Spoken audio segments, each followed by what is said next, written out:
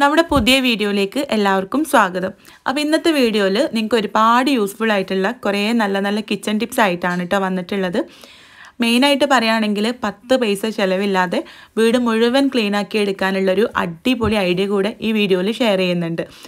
Video കണ്ട് ഇഷ്ടപ്പെടുകയാണെങ്കിൽ നിങ്ങളുടെ ഫ്രണ്ട്സിനും കൂടെ ഈ ഒരു വീഡിയോ ഷെയർ ചെയ്ത് കൊടുക്കാൻ മറക്കരുത് കേട്ടോ. അപ്പോൾ നമുക്ക് സമയം കളയാതെ വീഡിയോയിലേക്ക് പോവാം.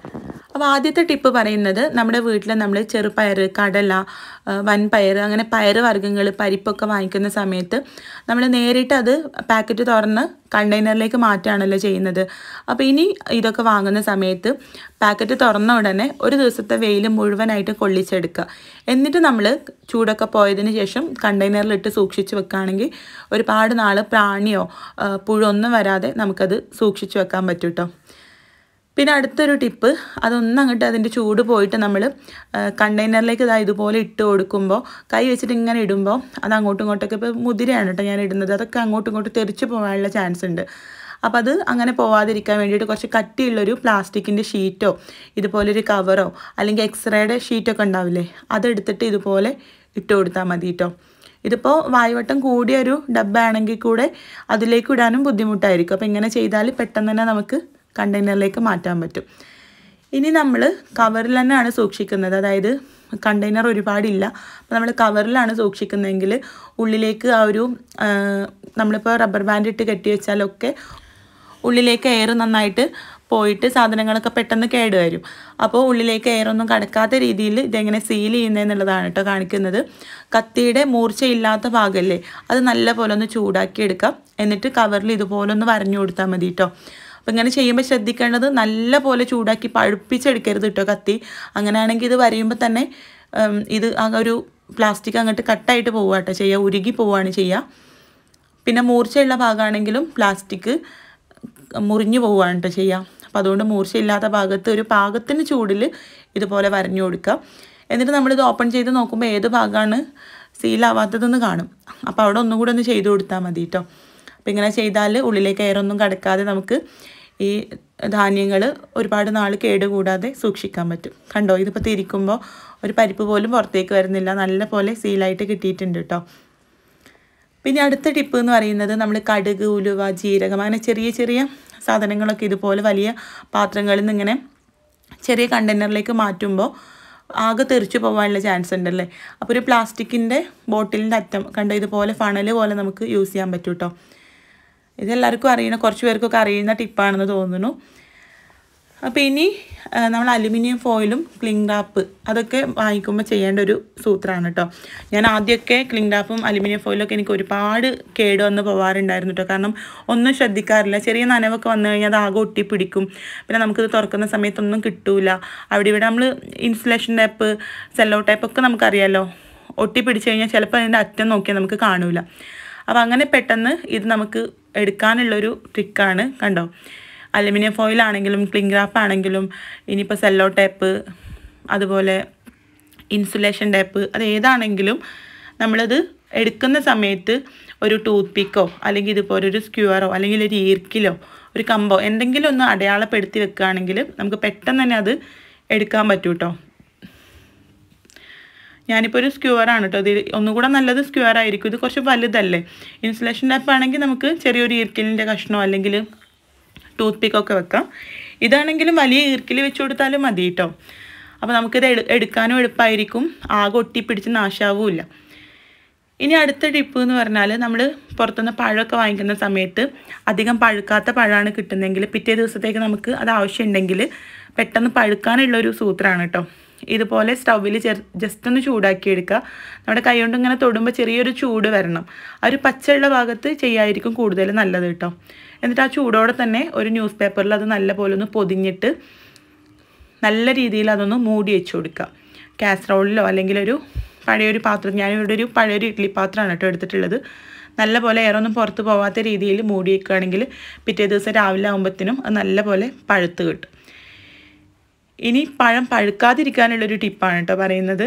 പെട്ടെന്ന് പഴുത്ത് കറുത്ത് പോകാതിരിക്കാൻ വേണ്ടിയിട്ട് ചെറുപഴമാണെങ്കിലും നേന്ത്രപ്പഴമാണെങ്കിലൊക്കെ ഇതുപോലെ ഓരോന്ന് സെപ്പറേറ്റ് ചെയ്തെടുത്തിട്ട് അതിൻ്റെ നെറ്റിയുടെ ഭാഗത്ത് ഇതുപോലെ ഫോയിൽ പേപ്പർ വെച്ചിട്ട് കവർ ചെയ്ത് കൊടുത്താൽ മതി കേട്ടോ. ഇപ്പോൾ ഫോയിൽ പേപ്പർ ഇല്ലെങ്കിൽ പ്ലാസ്റ്റിക്കിൻ്റെ കവർ എടുത്തിട്ട് ഇതുപോലെ കവർ ചെയ്താലും മതി. മൊത്തത്തിൽ നെറ്റിയിൽ ചെയ്യുന്നതിനേക്കാൾ നല്ലത് ഇതുപോലെ ഓരോന്നോരോന്ന് എടുത്തിട്ട് ചെയ്യുന്നതാണ് കേട്ടോ. അപ്പോൾ ഇത് കുറേ പേർക്ക് അറിയുന്ന ടിപ്പ് തന്നെ ആയിരിക്കുമല്ലേ. നമ്മൾ മുമ്പ് നേന്ത്രപ്പഴത്തിൻ്റെ കാണിച്ചിട്ടുണ്ട്. അപ്പോൾ ചെറുപഴം നമുക്കിതുപോലെ തന്നെ ചെയ്യാം കേട്ടോ. പഴം പെട്ടെന്ന് കറുത്ത് പോകുന്നൊരു സാധനമാണല്ലേ. അപ്പോൾ പെട്ടെന്ന് പഴുക്കാതിരിക്കാൻ ഇങ്ങനെ നമുക്ക് ചെയ്യാം. ഇനി നമ്മൾ അടുത്തതായിട്ട് പറയുന്നത് ഓർക്കാപ്പുളി വെച്ചൊരു അടിപൊളി ടിപ്പാണ് കേട്ടോ. ഇത് വെച്ചിട്ടാണ് നമ്മൾ ക്ലീനിങ് ടിപ്പ് കാണിക്കുന്നത്. ഞങ്ങളുടെ നാട്ടിൽ ഞങ്ങൾ ഓർക്കാപ്പുളി നാട്ടതിന് പറയാം. ഇരുമ്പമ്പുളി, ബിലിമ്പി, കോയക്കപ്പുളി, അങ്ങനെ കുറേ പേരുണ്ടല്ലേ, ചെമ്മീൻ പുളി. അപ്പോൾ ഇതാദ്യം ഞാനിത് വെള്ളമൊന്നും ചേർക്കാതെ നല്ലപോലെ അരച്ചെടുത്തിട്ടുണ്ട്. ഇനി ഇതിലേക്ക് കുറച്ച് കൂടുതൽ ഉപ്പ് ചേർക്കാം കേട്ടോ. കുറച്ച് മിസ്സായി പോയതാണ്. ഞാനിവിടെ ഒരു 2 ടേബിൾ സ്പൂണോളം ഉപ്പ് ഇതിലേക്ക് ചേർത്ത് മിക്സ് ചെയ്തിട്ടുണ്ട്. ഇനി നമ്മൾ ആദ്യം ക്ലീൻ ചെയ്യാൻ പോണത് നമ്മുടെ വീട്ടിൽ കറ പിടിച്ച ചെറിയ ചെറിയ പാത്രങ്ങളാണ് കേട്ടോ. ഞാനിത് അവിടെ ഒരു സേവനാഴി എടുത്തിട്ടുണ്ട്. അതിൽ അത്യാവശ്യം നല്ല കറയും കലയൊക്കെ ഉണ്ട് കേട്ടോ. നിങ്ങൾക്ക് കാണുമ്പോൾ മനസ്സിലാവുന്നുണ്ടാവും. ഇനി ഈ ഒരു സമയത്ത് സ്റ്റീലിൻ്റെയോ അല്ലെങ്കിൽ ഇതിപ്പോൾ ഒരു ചെമ്പിൻ്റെ ആണ്, സ്റ്റീലിൻ്റെ ഒക്കെ ചെറിയ ചെറിയ ബൗളുകൾ ഉണ്ടെങ്കിൽ അതൊക്കെ ഇതിലേക്ക് ഇട്ട് കൊടുക്കാം കേട്ടോ. മുങ്ങിക്കിടക്കുന്ന രീതിയിൽ ഇട്ട് കൊടുക്കണം എന്ന് മാത്രം. പിന്നെ ഇതിലേക്ക് കുറച്ച് ഓർക്കാപ്പുളി അരച്ച ആ ഒരു മിക്സ് ഉണ്ടല്ലോ അത് ചേർത്തിട്ടുണ്ട്. പിന്നെ മുങ്ങിക്കിടക്കുന്ന രീതിയിൽ വെള്ളം ഒഴിച്ചിട്ടുണ്ട്. അപ്പോൾ ആ ഒരു മിക്സ് ചേർക്കുമ്പോൾ നല്ല പുളി ഉണ്ടാവണം കേട്ടോ. ആ ഒരു വെള്ളം അതിനനുസരിച്ചിട്ട് മിക്സ് ചേർക്കണം. എന്നിട്ടൊരു 2-3 വിസിൽ അടുപ്പിച്ചെടുക്കുകയാണ്. എന്നിട്ട് പ്രഷറൊക്കെ പോയിട്ട് തുറക്കുമ്പോഴേക്കും ഈ പാത്രത്തിലെ കറയൊക്കെ ഒരുവിധം പോയിട്ടുണ്ടാവും കേട്ടോ. നിങ്ങൾക്കിപ്പോൾ കാണുമ്പോൾ മനസ്സിലാവുന്നുണ്ടാവും. കാരണം നമ്മളിത് ഇടുന്ന സമയത്ത് നല്ല കറയുണ്ടായിരുന്നു. കണ്ടോ, നല്ല രീതിയിൽ അതിൻ്റെ ആ ഒരു കറയൊക്കെ പോയിട്ടുണ്ട്. ഇനി ജസ്റ്റ് ഒന്ന് സ്ക്രബ് ചെയ്താൽ മുഴുവനായിട്ടും പോവും. അതായത് ഓർക്കാപ്പുളി നമുക്കറിയാലോ, നല്ല പുളിയുള്ള നല്ലൊരു ആസിഡാണല്ലോ. അത് റിയാക്ട് ചെയ്തിട്ടാണ് കേട്ടോ. ഇനി നമ്മുടെ കിച്ചണിലെ സിങ്കും നമുക്ക് ഇത് വെച്ചിട്ട് ക്ലീൻ ചെയ്യാം കേട്ടോ. ഈ ഒരു ഓർക്കാപ്പുളിയുടെ പേസ്റ്റ് വെച്ചിട്ട് സാധാരണ നമ്മൾ ഒരുപാട് ലോഷനുകളും ഒക്കെ യൂസ് ചെയ്തിട്ടാണല്ലോ കിച്ചൺ സിങ്ക് നല്ല വെട്ടി തിളങ്ങുന്നതാക്കുന്നത്. ബേക്കിംഗ് സോഡയൊക്കെ ചേർത്ത് ചെയ്യുന്നവരുണ്ട്. അതിൻ്റെ ഒന്നും ആവശ്യമില്ല. ഈ ഒരു ഓർക്കാപ്പുളിയും ഉപ്പും ഉണ്ടെങ്കിൽ നമുക്ക് നല്ല രീതിയിൽ ഇത് അതായത് ഈ ഓർക്കാപ്പുളി ചില സീസണിലാണല്ലോ ഉണ്ടാവുക. അതിൻ്റെ ആ ഒരു സീസണിൽ അതിൻ്റെ ആ ഒരു മരത്തിൻ്റെ താഴെ ഒരുപാട് വീണ് കിടക്കുന്നുണ്ടാവില്ലേ. അത് വെച്ചിട്ട് നമുക്ക് ഇതുപോലെ ക്ലീനിങ് പരിപാടികളൊക്കെ ചെയ്യാം കേട്ടോ. നല്ല എഫക്റ്റീവായിട്ടുള്ളൊരു മെത്തേഡാണ്. കണ്ടോ, ജസ്റ്റ് അത് വെച്ചിട്ടൊന്ന് ഉരച്ചെടുത്തിട്ടേ ഉള്ളൂ. നിങ്ങൾക്ക് അതിൻ്റെ ആ ഒരു ഡിഫറൻസ് കാണാൻ പറ്റുന്നുണ്ടാവും. നല്ലൊരു ഗ്ലേസിങ് വന്നിട്ടുണ്ടല്ലേ നമ്മുടെ കിച്ചൺ സിങ്കിന്. പിന്നെ കിച്ചൺ സിങ്കിലെ ബ്ലോക്ക് മാറ്റാനുള്ളൊരു ചെറിയൊരു സൂത്രം കൂടെ കാണിച്ചു തരാം കേട്ടോ. കണ്ടോ, ഇപ്പോൾ ആ ഓർക്കാപ്പുളിയുടെ കുറച്ച് ആ ഒരു ഇത് അവിടെ നിന്നതുകൊണ്ട് കിച്ചൺ സിങ്ക് കണ്ടോ കുറച്ച് ബ്ലോക്കായിട്ട് കിടക്കുന്നത്. അപ്പോൾ ജസ്റ്റ് ഒന്ന് പമ്പ് ചെയ്യുന്ന പോലെ കാണിച്ചാൽ മതി കേട്ടോ. കണ്ടോ, കൈ വെച്ചിട്ട് അതിൻ്റെ ഒരു ഹോളിൻ്റെ സ്ഥലത്ത് ഒന്ന് പമ്പ് ചെയ്യുന്ന പോലെ കാണിച്ചാൽ പെട്ടെന്ന് തന്നെ അതിൻ്റെ ചെറിയ ചെറിയ ബ്ലോക്കൊക്കെ ആണെങ്കിൽ പെട്ടെന്ന് പോയി കിട്ടും. പിന്നെ ഞാൻ മുമ്പ് ചെയ്തിട്ടുണ്ട് കേട്ടോ ബ്ലോക്ക് മാറ്റാനുള്ള. കണ്ടോ, ഇപ്പോൾ നല്ല സ്പീഡിൽ വെള്ളം പോകണത് കണ്ടില്ലേ. ഇതിന് മുമ്പ് ഞാൻ ചെയ്തിട്ടുണ്ട്. ബേക്കിംഗ് സോഡ ഇട്ട് തിളച്ച് വെള്ളം ഒഴിക്കുന്നത് മുമ്പ് ചെയ്തിട്ടുണ്ട്. കാണാത്തവരുണ്ടെങ്കിൽ ഒന്ന് കണ്ടു നോക്കാം കേട്ടോ. കിച്ചൺ സിങ്ക് ഞാൻ എപ്പോഴും പറയുന്ന പോലെ തന്നെ നമ്മൾ എത്ര ക്ലീൻ ചെയ്താലും അതിൻ്റെ ചുറ്റൊന്ന് വെള്ളമൊക്കെ ഒന്ന് തുടച്ച് കഴിഞ്ഞാലേ അതിൻ്റെ ആ ഒരു വൃത്തി നമുക്ക് കാണാൻ പറ്റുള്ളൂ കേട്ടോ. അപ്പോൾ ഇതാ നല്ല അടിപൊളിയായിട്ട് വന്നിട്ടുണ്ട്. ഇനി ബാത്റൂമിലെ ടൈലിലെ കറ കളയുന്നതാണ് കേട്ടോ കാണിക്കുന്നത്. അപ്പോൾ നിങ്ങൾക്ക് കാണാൻ പറ്റുന്നുണ്ടെന്ന് തോന്നുന്നു. ലൈറ്റിൻ്റെ ഒരു പ്രശ്നം കൊണ്ട് അധികം കാണാൻ പറ്റുന്നില്ല തോന്നുന്നു. എന്തായാലും സൂക്ഷിച്ച് നോക്കിയാൽ മനസ്സിലാവും കേട്ടോ. ഇതിപ്പോൾ വൈറ്റ് കളറിലുള്ള നല്ല കറ പിടിച്ചൊരു ടൈലാണ്. ജസ്റ്റ് ഞാനിപ്പോൾ ഒരു ഷിഫോൺ ക്ലോത്താണ് കേട്ടോ എടുത്തിട്ടുള്ളത്.